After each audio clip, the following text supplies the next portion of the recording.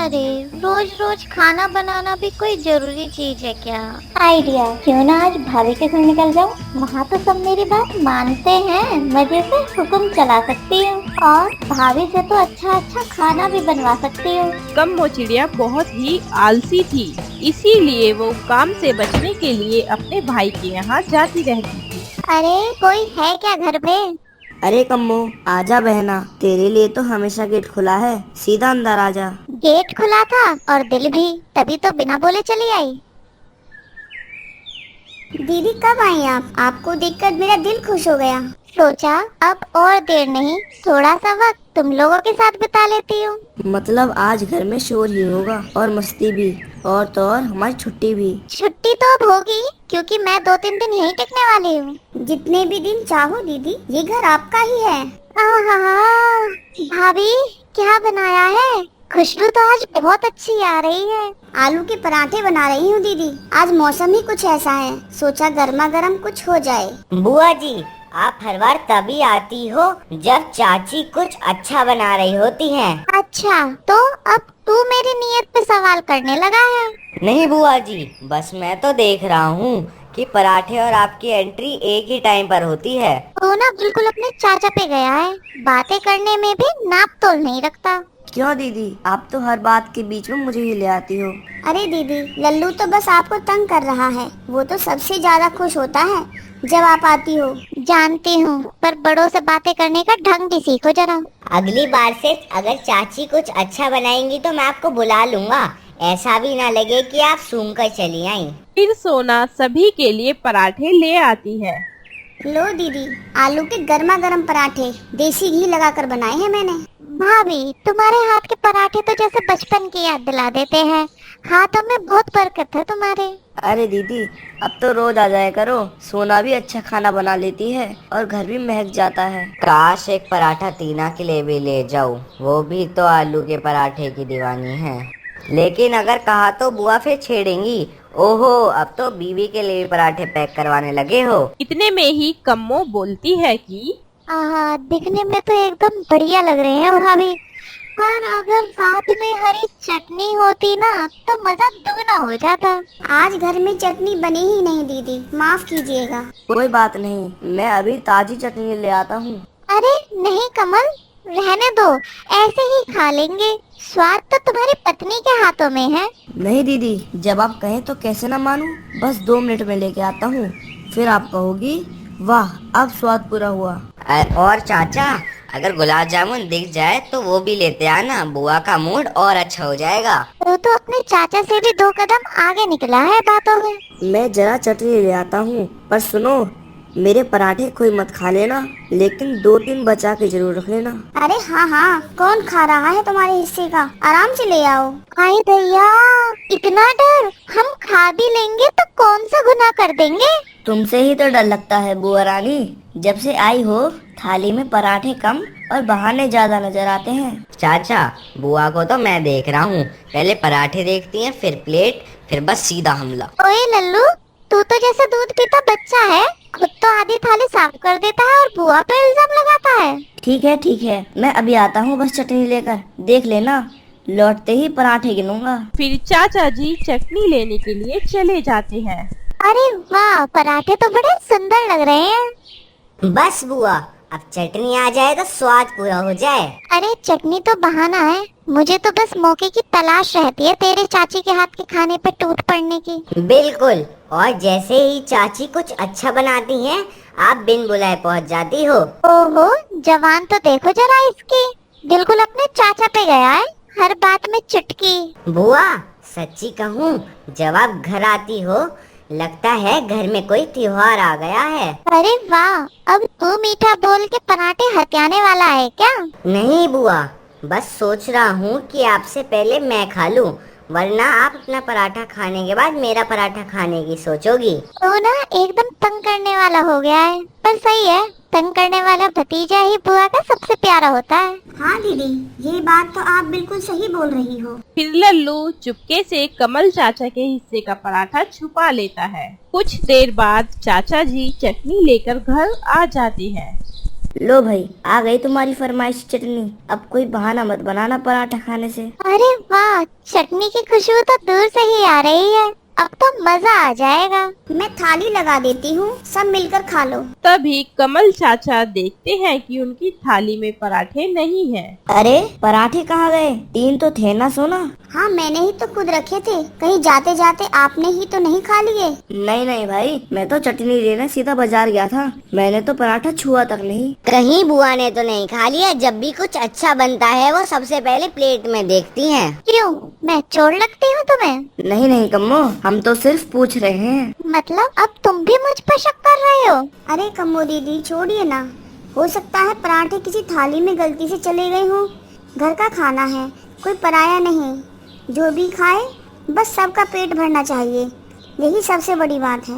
हाँ हाँ भाभी, मतलब साफ साफ तो नहीं कहा, लेकिन इशारा तो मेरी तरफ है ना। भाई बोले, लल्लू बोले, अब आप भी उसी सुर में बोलने लगी। सबको लगता है ना कि मैं ही खाती हूँ सब। क्या अब अपने ही भाई के घर आकर मुझे सफाई देनी पड़ेगी? अरे बुआ, मैंने तो ऐसे ही कहा था, पर अब आप तो बात का बतंगड़ बना रही हैं। ठीक है, अब मैं घर जा रहा हूँ, यहीं रहिए आप अपने पराठों के साथ। अरे बुरा मत मान लल्लू, कम्मो की बात को मन पर मत ले। बैठ, पराठा खा ले, गुस्सा मत हो जा बेटा। नहीं चाचा, रहने दीजिए, मैं घर जाकर ही खा लूँगा। यहाँ तो बस बुआ का गुस्सा ही खाने को मिल रहा है। और लल्लू वहाँ से पराठे लेकर चला गया। देखा, चला गया लल्लू तुम्हारी वजह से। तो अब सबको मेरी ही गलती लगती है। हर बात पे लड़ना जरूरी है क्या? ठीक है, अब मैं ही चली जाती हूँ। और बुआ जी भी वहाँ से गुस्से में चली जाती हैं। लल्लू घर आकर सारी बात टीना को बताता है। अरे आप तो बड़े चालू निकले लल्लू जी, चोरी करके पराठा ले आए और नाम बुआ जी का लगा दिया। तुम्हारे साथ रहते रहते सब सीख लिया। सच में लल्लू जी, आज तो दिल खुश कर दिया आपने। हाँ, आज तो बुआ को मजा चखा दिया हमने। हाँ हाँ लल्लू जी, अब तो आपने बुआ जी को मजा ही चखा दिया। हाँ, आज तो दिल ठंडा हो गया, आप समझेंगी। चलो पराठे खा लेते हैं लल्लू जी, अभी गर्म भी है वरना ठंडे हो जाएंगे। एकदम सही बात बोली, जो पराठा बुआ के नाम का था अब वो हमारा इनाम है। हाँ हाँ, आज बुआ जी के नाम पर सबसे ज्यादा फायदा तो हमने ही उठाया है। दोनों मजे से पराठे खा लेते हैं। तभी टीना देखती है कि बुआ जी वहाँ से गुजर रही है। अरे देखो लल्लू जी, बुआ जी इधर ही आ रही है, जरा उनकी टांग खींचती हूँ, बहुत मजा आएगा। ना भाई ना, तुम मजे लो, मैं तो निकल रहा हूँ यहाँ से, कहीं मेरी ही क्लास न लग जाए। अरे डरपोक कहीं के। डरपोक नहीं, समझदार हूँ और तुम्हारी बदमाशियों से दूर रहने में ही भलाई है। अरे बुआ जी कहाँ जा रही हो आप, जरा इधर तो आओ। क्या हुआ, क्यों बुला रही हो मुझे इतनी बार? अरे बुआ जी, आप इतने गुस्से में क्यों हो, किसी ने कुछ कह दिया है क्या? नहीं, मैं गुस्से में नहीं हूँ। कहीं चाचा जी ने तो कुछ नहीं कहा? मेरा नाम मत ले टीना, आज सबके सामने मेरी इतनी बेइज्जती हुई है ना, ऐसा लगा जैसे मैं उस घर की ही नहीं हूँ। बुआ जी, आप तो चाचा जी की इकलौती बहन हो, फिर भी अगर उन्होंने आपको ऐसा महसूस करवाया है कि आपकी कोई अहमियत नहीं है, तो ये तो बहुत दुख की बात है। और अगर मैं आपकी जगह होती ना, तो ऐसा बर्ताव एक पल भी बर्दाश्त नहीं करती। और फिर जो भाई अपनी बहन की इज्जत नहीं कर सकता, उसके घर क्या ही जाना। तो सही कह रही है, शायद मैं ही डिफ बनी रही, सबके लिए इतना करती हूँ फिर भी मेरी कोई कदर नहीं। बुआ जी, जब तक चाचा जी सच्चे मन से माफी नहीं मांगते, आपको उनसे कोई बात नहीं करनी चाहिए। अपने आत्मसम्मान से समझौता मत करो। ठीक है टीना, अब मैं भी फैसला कर चुकी हूँ, जब तक वो खुद आकर माफी नहीं मांगते तब तक मैं भी चुप रहूंगी, अब और नहीं सहूंगी। इतना बोलकर बुआ जी वहाँ से चली जाती हैं। कुछ दिन बीत गए और जंगल में रक्षाबंधन आने वाला था। सभी महिला पंछी बैठकर चर्चा कर रही थी। इस बार तो मैंने तय किया है कि राखी खुद बनाऊंगी, पंखों से, फूलों से और थोड़ी सी खुशबू भी भर दूंगी। भाई के लिए कुछ खास भी तो होना चाहिए ना। हाय, कितना अच्छा सोचती हो तुम। मेरे तो भाई ने बोला है कि राखी लेके मैं खुद ही आऊंगा। कहता है तेरे हाथ की राखी ना बांधी जाए तो रक्षाबंधन अधूरा लगता है। मेरे भाई तो दूर पहाड़ियों में रहते हैं, हर साल की तरह इस बार भी मैं ही उड़कर जाऊंगी। तभी बुआ जी वहाँ से गुजर रही थी। अरे बुआ जी, कहाँ चली जा रही हैं ऐसे अकेले अकेले? आप भी हमारी चर्चा में शामिल हो जाइए। क्या बात चल रही है तुम लोगों में? अरे राखी की तैयारी की बात हो रही है बुआ जी। आप तो हर साल सबसे प्यारी राखी लेकर जाती हैं। चाचा जी के लिए इस बार क्या नया सोच रही हो? क्या राखी की बात हो रही है? काश मुझे पहले ही पता होता, तो मैं तो कभी इस तरफ आती ही नहीं। अरे बुआ जी, क्यों गुस्सा हो रही हैं? आप तो हर बार सबसे सुंदर राखी लेकर जाती हैं ना अपने भाई के लिए। नहीं, अब से मेरा कोई भाई नहीं है। जिसे बहन की इज्जत करनी नहीं आती, उसे राखी क्या बांधनी। ऐसी क्या बात हो गई बुआ जी, कुछ तो बताइए। कुछ नहीं, सब कुछ अपने उसी कमल चाचा से पूछो। उन्हीं से पूछो कि अपनी बहन को कितनी इज्जत देते हैं। और फिर बुआ जी वहाँ से चली जाती हैं। अब क्या करें, राखी का तो पूरा प्लान ही बिगड़ गया। कम्मो दीदी तो बहुत नाराज लग रही थी। एक काम करते हैं, सीधे कमल चाचा के पास चलते हैं, उन्हीं से पूछते हैं आखिर क्या हुआ है। हाँ सही रहेगा, शायद हम कुछ सुलझा भी पाए। और फिर वो तीनों कमल चाचा के घर जाने लगती हैं। नमस्ते चाचा जी, जरा एक बात कर सकते हैं आपसे? हाँ बेटा कहो, सब ठीक तो है ना? हमने सुना आपके और बुआ जी के बीच कुछ अनबन हो गई। ऐसी कोई बात नहीं, छोड़ो जाने दो। नहीं चाचा जी, बुआ जी तो बहुत नाराज है। उन्होंने तो यहाँ तक यह भी कह दिया जब उनका कोई भाई नहीं रहा। अरे इतना नाराज हो गई क्या कम्मो? हाँ, और उन्होंने ये भी कहा है कि इस बार वो राखी लेकर नहीं आएंगी, जबकि उन्होंने खुद हमें कहा था कि सबसे प्यारी राखी तो वो ही लाती है आपके लिए। पता है बेटा, गलती मेरी है शायद। मुझे नहीं कहना चाहिए था वो सब, लेकिन मन में कोई गलत भावना नहीं थी। तो फिर आप ही क्यों नहीं पहला कदम उठाते? बुआ जी अब भी आपको बहुत मानती हैं। वो तो उस दिन भी आपको दिल से लगा कर रोई थी। अगर वो सच में इतनी तकलीफ में है तो मुझे माफी मांगनी ही चाहिए। कुछ दिन बीत जाते हैं और रक्षाबंधन का समय भी आ गया। जाना तो पड़ेगा, कुछ भी करो, भाई तो है मेरा।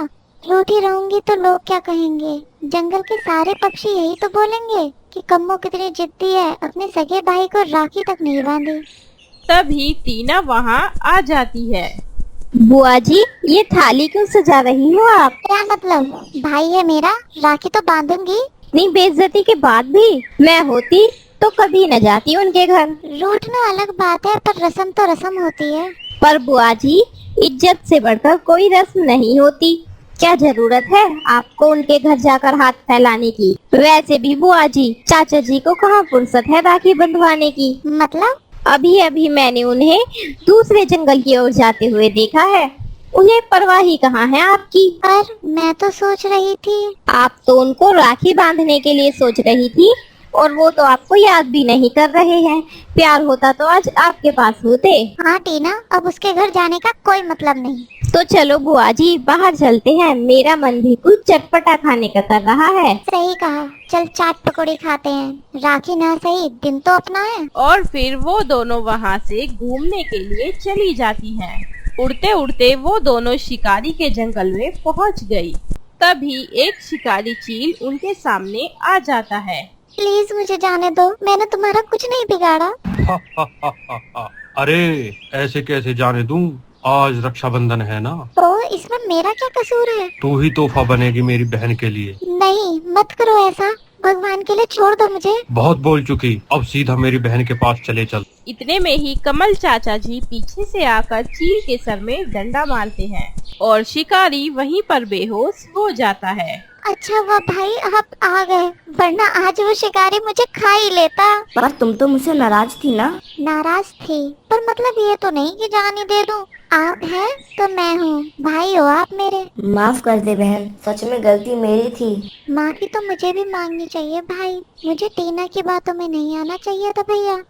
उसने ही तो आग में घी डालने का काम किया है। छोड़ो बहन, अब सब ठीक है। जो भी हुआ हमें उससे सीख जरूर मिली। हाँ भैया, अब कोई गलतफहमी नहीं, हमेशा साथ रहेंगे जैसे पहले थे। भैया आप यहाँ, आप तो दूसरे जंगल गए थे ना? हाँ कम्मो, मैं तुम्हारे लिए तोहफा लेने गया था, पर तुम यहाँ दिख गई तो भागा चला आया। भैया आप तो सच में सबसे अच्छे हो। और फिर दोनों घर की ओर चल देते हैं।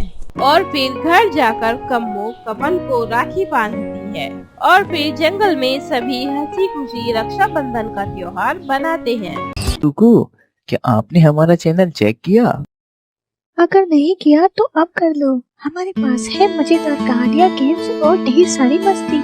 हमारे साथ जुड़े रहने के लिए जल्दी से नीचे दिए गए लाल बटन को दबाएं और हमारा चैनल सब्सक्राइब करना और बेल आइकन दबाना ना भूलें।